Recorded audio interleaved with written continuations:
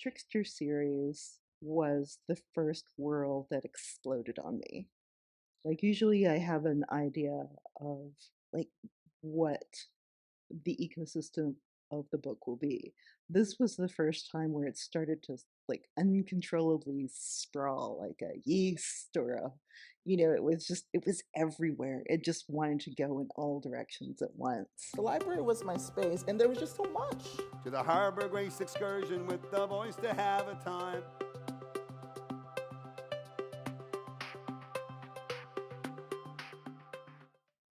I'm all fancy with my hand Oh, tools. Yes, yes.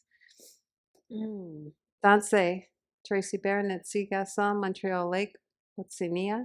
I'm Tracy Bear. My spiritual name is Kokana Pieces Onamahito. I'm from Montreal Lake Cree Nation. It's nowhere near Montreal. It's about an hour north of Prince Albert, Saskatchewan. And I wanted to start with a smudge today, but sometimes you have to order those things in advance. So I'm just going to have a little moment. Smudging for my culture is really uh, grounding for us. Smelling that sage or sweetgrass or whatever you're burning is like a spiritual cleansing, and it just lets you go into whatever you're doing, whatever meeting you're doing, or a talk with a good mind and good hearts. So I'm putting this spiritual, invisible smudge out to you. I've learned that you can smudge over Zoom, so I think this is okay too, right? So, introductions, Dansei Eden. And we talked a little bit about how we wanted to talk tonight, and I want to give you a chance to introduce yourself in your own way. yes. Hello. Yo, Estoka Nuga Eden Robinson. I'm Haisla and Celtic. I was adopted into my father's clan, which is two beavers sharing at the Tree of Life.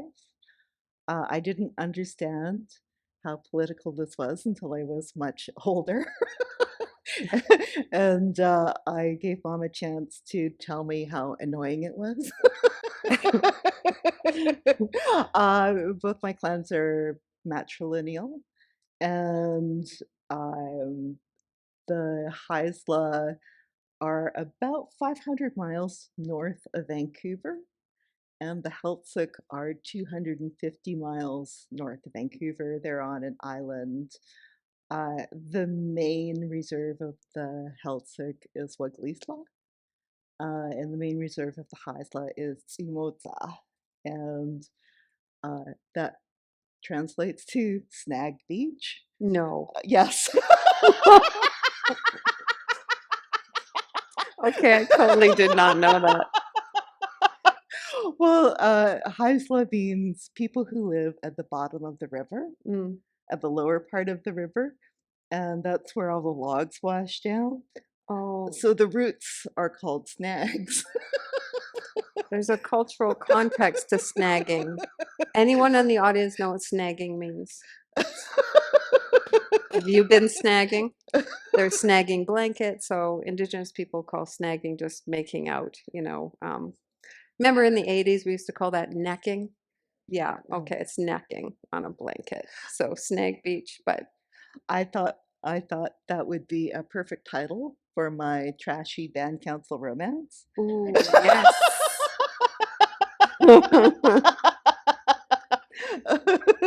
But I have been vetoed by my mother. She said, just call it trashy band council romance. Don't bring Snag Beach into it.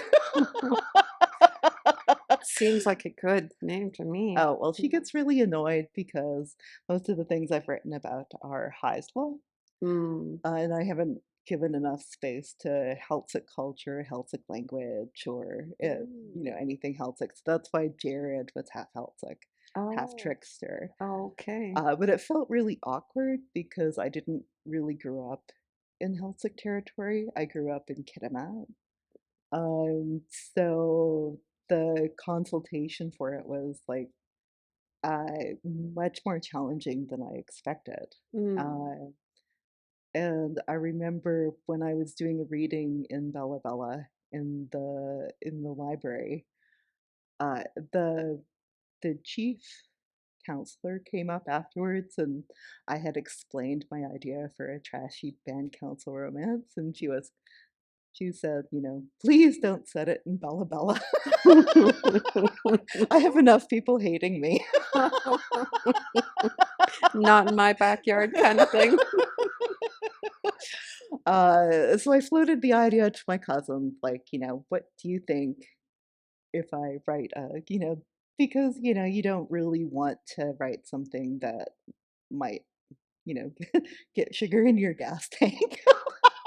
That's true. I don't think a lot of people realize this, but for Indigenous people, specifically a Cree person, a Heiltsuk person, Métis person, like to stay within, the cultures that we know, like Yeah, within our people, and it's hard to step yeah, out of bounds, it really is. Yeah, Yeah. You feel yeah, like you're going in someone else's lane almost. yeah. Well, within the potlatching cultures, like the potlatching cultures go from Alaska to Washington, and they're on the West Coast, and we all potlatch differently. So the rule is that when you're potlatching someone else's territory, you follow their protocol.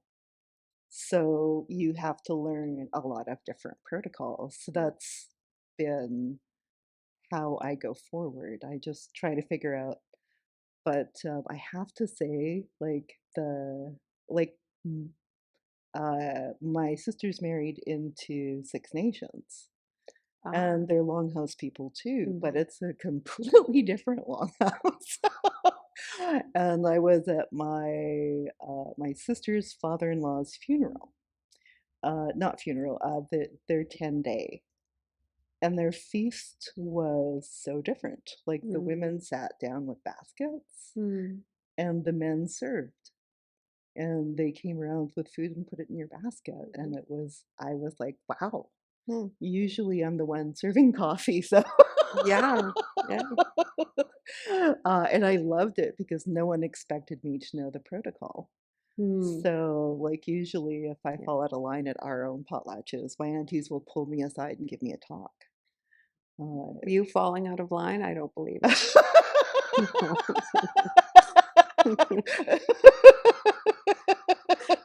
I understand what you mean. Like for Crees, the ghost dance, the men serve. The women prepare the meal, but the Mhm. men serve during the ghost dance. Really? Yeah, Oh, yeah, I didn't know that. yeah, yeah. Oh. We need more of that in everyday sort of life, I think. Okay, I have some Okay. questions. Yes. Um, so you talked a little bit about your family, your Mhm. matriarchal, and that. Um, so what is the first book that made you cry? Oh my goodness. The first book that made okay. Looking back at the books that I read when I was a child, don't, it was a lot of Curious George. And my absolute favorite childhood book was The Cat from Outer Space. I remember that. I remember that. I remember thought it was hilarious, and I would follow mom and dad around reading it to them, reading out the funny bits, and they were both getting really tired of the book. But I remember it was probably The Lord of the Rings Mm, because I read it over one long weekend without sleeping, it was like just nonstop reading. And then I got to the end and realized it was over. mm, And I should have read it slower. mm. Oh, So, yeah, I didn't want to leave the world. yeah, But I couldn't, but it was so compulsive, I couldn't stop. yeah. Yeah. I hear ya. That's how I was with your books, actually. I Oh, just, thank you. it was almost like, this is an amazing dinner.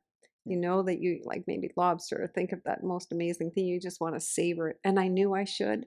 I knew I should have just let it sit and savor it, but I read it as fast as I could, late into the night, forgot some parts. I'm like, so that's the magic of Oh, books, and that's the magic that you bring out in a lot of us, your readers, I think. thank you. What is your writing kryptonite? Well, I used to kind of dread research because I didn't think that I was doing it right. Mm. But then I discovered it's an amazing way to procrastinate. So, Absolutely. so you can research forever and you can never, do enough research. Once you start following the threads, you can just, go on forever. Mhm. Um, uh, and that can be quite distracting because, I remember for blood sports, I initially wanted the character to be a bike courier. So I spent 3 months. I was at the University of Calgary Mm. as their writer in residence. Okay. And I was interviewing all these different bike couriers. It was fascinating. I just loved talking to them. Like it was a completely different subculture, Mm. especially, and then like halfway through writing the first draft, I realized that it was completely inappropriate for the narrator to be a bike courier. And it So didn't work for the story. but you got to know so much about Yes. and if the writing thing didn't work Yes. out, you could always be a bike courier because you knew. Well, like one of the most common injuries was loss of spleens. What? Yeah, because the bike handles are just at like the right, and I didn't even know what a spleen was until You're like, yeah. I was trying to figure out how to make my character lose his spleen. I was like, okay, that's not fitting. I can't really shoehorn that in anyway, but Doesn't it amaze you though? Like, question to the audience that, these characters that you love so much in these books can change on a dime just by the whim of like the writer. Like, yeah. I love how everyone turned out, by the way. Speaking of people turning out, Maggie. mhm. Where does the character Maggie come from? Uh, Maggie was originally a walk-on character. Oh, what L- that means just coming in and out. Yeah, she was Sure. just supposed to make it like she was just supposed to make an appearance for one scene. She was supposed to come in, be hardcore, and then leave. Mm, She was just supposed to give you some background about Jared and what formed his personality, the type of environment he grew up in. But I loved, you know, the way they interacted. And I loved the surprising tenderness that they had towards each other. And as dysfunctional as their relationship was, they still wanted to be in each other's lives. mhm, And it was complex and it was all gray area. And I think in the early drafts, the relationship was a bit more unbalanced. But once I started understanding Maggie a bit more, like once I wrote into her, um, you, I could start to see like where she was coming from and mm, what her motivations were. And she really did have a hard life, and it made her reactions extreme. But beneath everything, she was just like Jared.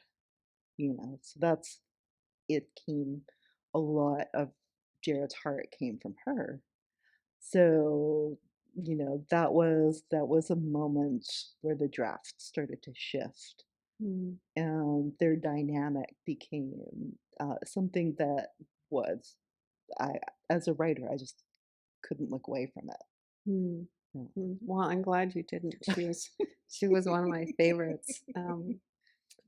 Which of the characters do you think most closely resembles you? Mavis. Mostly you're driving. That's how I drive in Vancouver. Oh, really? Yeah. That's when my niece and nephew started calling me Random Auntie. Random. It was like, you okay, we weren't supposed to merge there.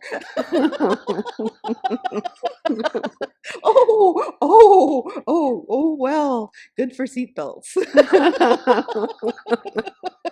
Yeah, sounds like my sister. Oh my god.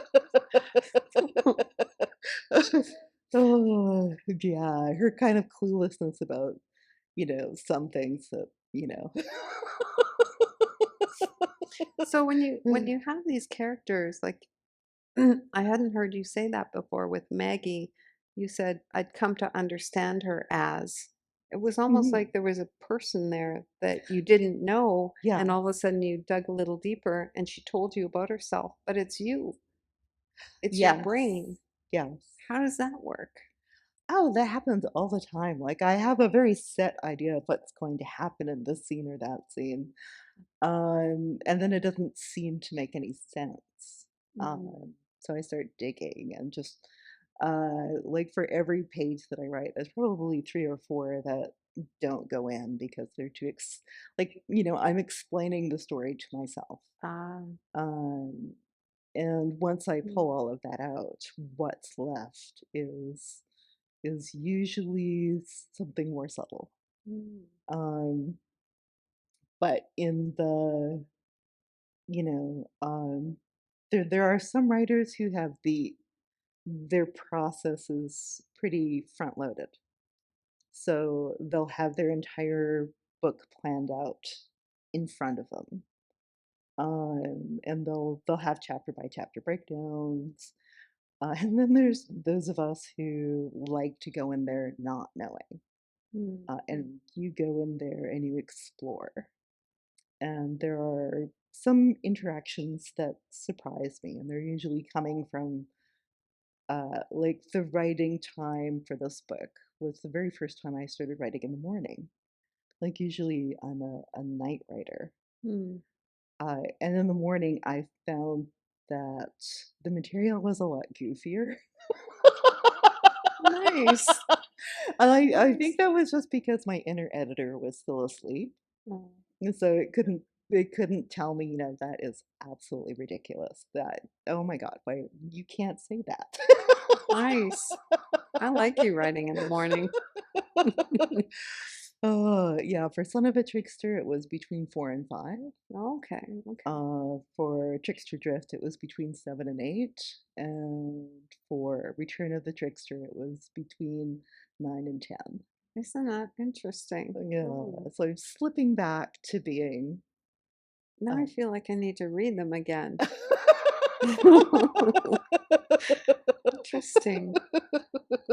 Well, my next question is about the writing process. Mhm. So how has the Trickster series been different from other books that you've written? Uh, well, when I first started writing, I knew I wanted to write novels, but the longest breath I could take was a short story. And the short stories got longer and longer as I wrote. The first long breath I took was Contact Sports. Hmm. It was a 100-page novella in the very first collection. And the first short story in the collection, called Traplines, took me a week to write, but that novella took me 10 years to write. I consider that my apprentice piece. That was where I learned how to structure something that was much longer. Mm-hmm. So the Trickster series was the first world that exploded on me. Like usually I have an idea of like what the ecosystem of the book will be. This was the first time where it started to like uncontrollably sprawl like a yeast or it was everywhere. It just wanted to go in all directions at once. And it was towards the end in Return of the Trickster, it was the first time I felt confident enough to move outside of like a narrator that was strictly from one head. Like that was either first person or third person limited.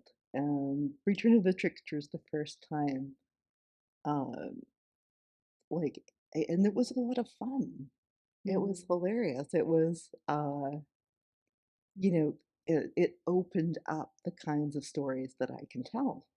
And It was very exciting. Mm. So very exciting. You loved that process. You loved Mhm. how Yeah. it grew. I pictured vines when you were doing that. It's just Oh. spreading, right? Are there other series then that you'd like to write? Uh, that I think I'd like to practice my skills on a smaller scale, like Mm. standalones for a bit. Okay. Okay. It's just the length of time that Yes, for sure. like I've seen some series that are like 20 books long. I can't imagine a breath that is just, astonishing. That's a big chunk of your life. Yeah. Yeah. Mm. Well, you still have a long life, right? So we can still expect things like that from you. Well, a book every 5 years, 50. Yeah, yeah. You can do it. She can do it, right?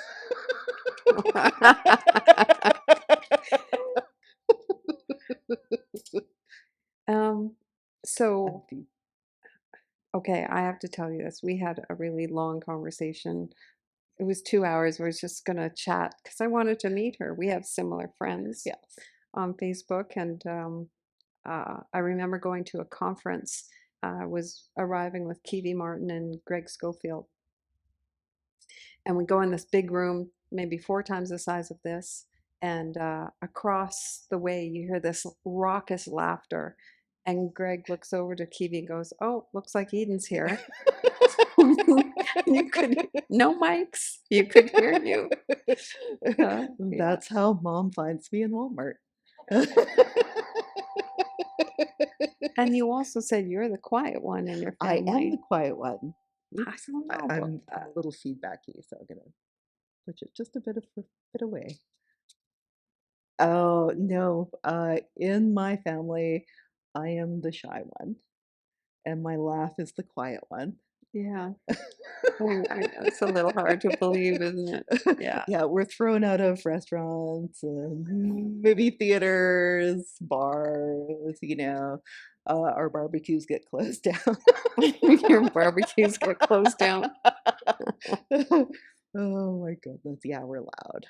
So we started talking about authors and Mhm. stories and creation of stories, and I asked her, what's one of your favorite authors? Oh no, what was I asked you about your literary pilgrimage, Mm, and she mentioned Octavia Butler, and I'm mm. like, who's that?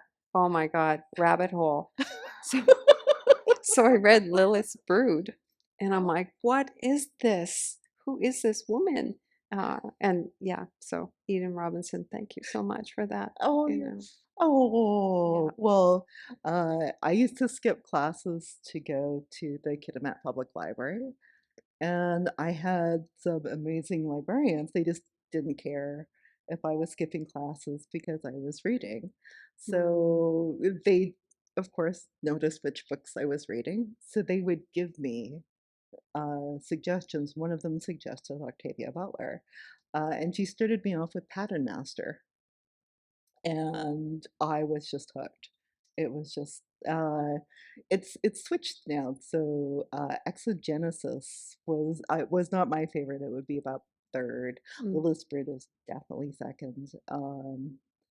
But now like the scope of her world, the sheer creativity that was involved in that series was just it's still mind blowing.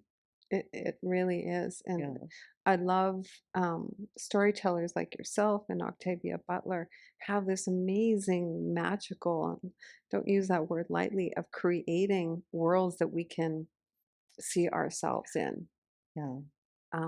Well, maybe not the aliens, but but see but see it as a reality rather Mhm. than just someone from someone's imagination, because you've got everything covered, Yeah. you can feel the land in your books. You Yeah. can smell the trees, the otters, it's almost like you can touch them, as as scary as that would You be. might not want to, Yeah, but yeah. Yeah, you know, the pain and the complexity between mother and son, like Mm, all of those things, it's a beautiful world that you created. So thank you. thank you for that. Um, what authors did you dislike at first but feel differently about now? Oh, I remember for one of my first year English classes, Light in August, um, William, oh my God, I'm blanking. It was, it was, and Ford Maddox Ford. I remember reading The Good Soldier and just going, wow, what the heck is this? I think sometimes you have to be a certain age to read Mm, some books or have a certain maturity or world experience or something. mm, But some books didn't hit me until I reread them much later. mm, And I didn't understand a lot of the subtext that was in them.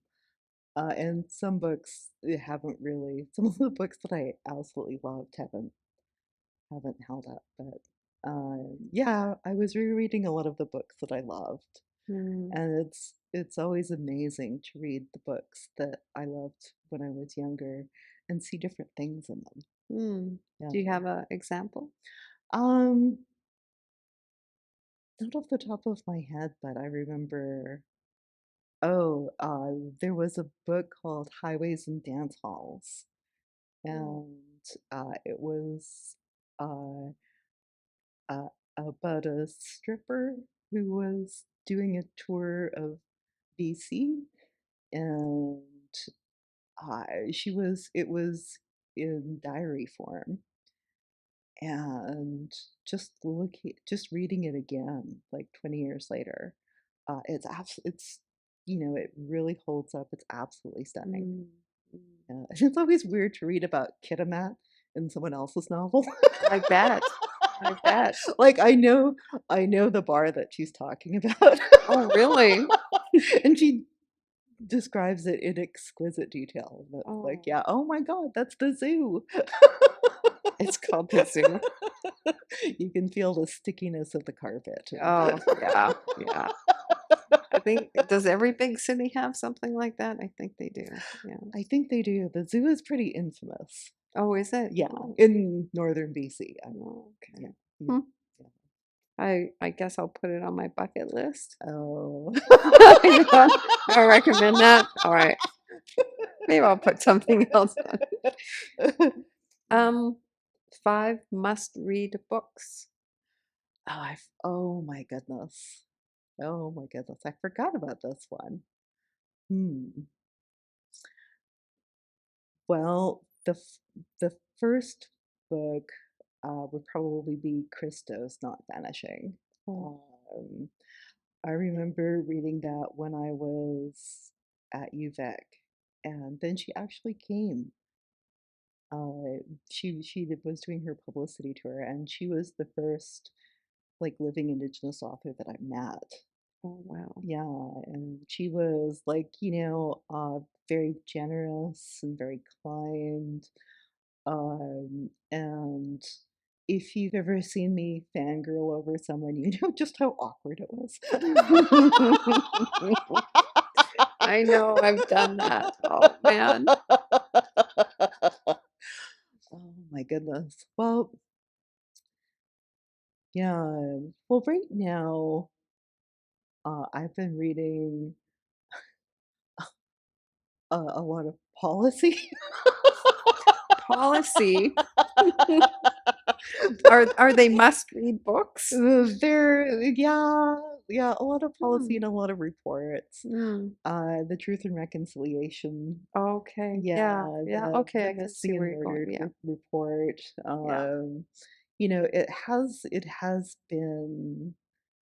I remember when the report first came out, I was very reluctant because I had been hearing the stories like all through my life, and I just didn't know if I had the emotional bandwidth to deal with some of the Yeah. material. And I think it was done in such a way that gives people space. There's, um, it's not there to hurt you. It's there um, to shine a very bright light on the truth. Mm-hmm. And with Mm-hmm. the missing and murdered women report it's very clear, it's very succinct, Yeah. and it has a lot of like very, very practical suggestions. Mm-hmm. So that was one of those, when you're looking through the recommendations, they are incredibly clear. Oh, Yeah. yeah, you're absolutely right. Yeah. When you first said reports and policies, I'm like, what? But absolutely agree. The way they were written is Mhm. incredibly succinct. And as you said, clear with a clear pathway. It's not just outlining the history and the challenges that Mhm. we have faced and are facing, but gives you recommendations that everyone can take, like individually or as an organization. So Mhm. excellent. And there was just well, right now, um, yeah, I can't think of like anything more important than the emerging authors. Yeah, the it's been wonderful watching um like the landscape sort of expand. It's exploding. Yes. Yeah, Yes. absolutely. Yeah. Yes. And there's one right here. If you don't know Ariel Twist. Are there any other writers here?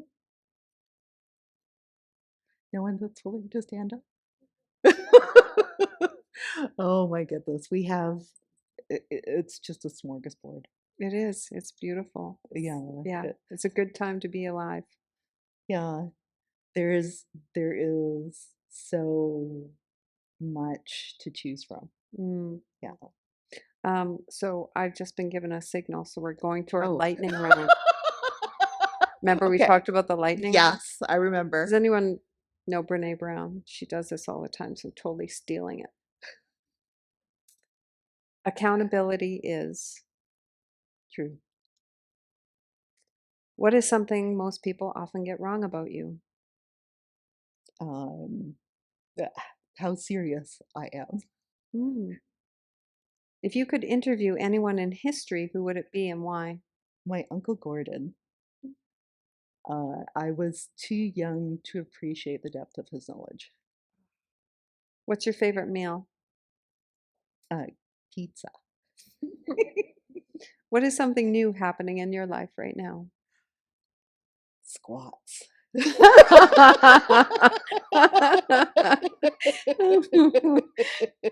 What's on your nightstand right now? um, the the the what's I forgot her. I can see the book. It is Elena Ferrante. Yes. Okay, cool. What scares you? Swimming in deep ocean. Oh, yeah. What's a film you really love? The Cook, the Thief, his wife, and her lover. Where's your happy place? The octopus beds. The what? The octopus beds. What's that? Um, in the village, there is like a point, and then beyond it, there's a series of there's a granite shore that's been carved by the glaciers. Um, So it undulates as if an octopus with many tentacles like fell asleep and the rocks took its shape. oh, Yeah, wow. Beautiful. yeah. What is one thing that you are deeply grateful for right now? My mother. Hmm.